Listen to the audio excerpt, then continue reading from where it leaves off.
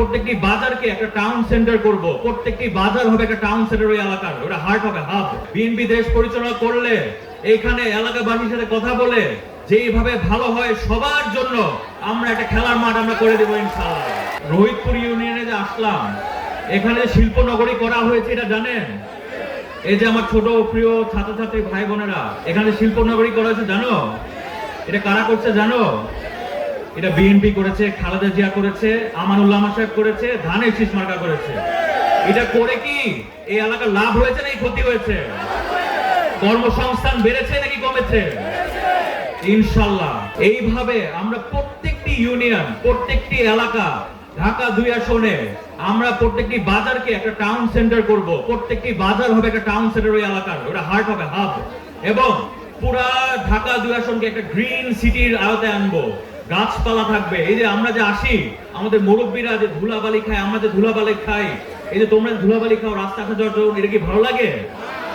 এগুলা সব থামাতে হবে। আমরা এমন ভাবে ঢাকা 2 আসনকে সাজাবো, এটা একটা মডেল হয়ে থাকবে ইনশাআল্লাহ। পুরা বাংলাদেশ দেখবে, আমাদের ঢাকা 2 আসন থেকে শিখবে ইনশাআল্লাহ।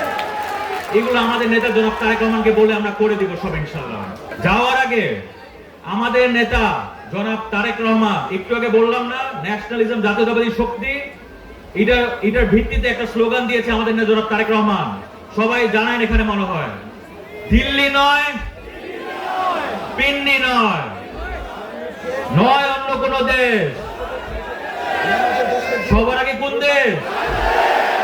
সবার আগে 2 হাত তুলেন তো, 2 হাত তুলেন, সবাই 2 হাত তুলেন, হাততালি জোরে। সবার আগে, সবার আগে, সবার আগে, সবার আগে, সবার আগে, সবার আগে, সবার আগে, সবার আগে, সবার আগে। এই কেরানীগঞ্জটাকে আমি চিন্তা করি, এই ঢাকা 2 আসনকে আমি চিন্তা করি কিভাবে জানেন? আপনাদেরকে এখন বিভিন্ন কাজকর্মে আপনাদেরকে ব্রিজটা পার হয়ে, নদীটা পার হয়ে ওইদিকে শহরে যেতে হয় না? শহরে যেতে হয়, কাজের জন্য শহরে যেতে হয়।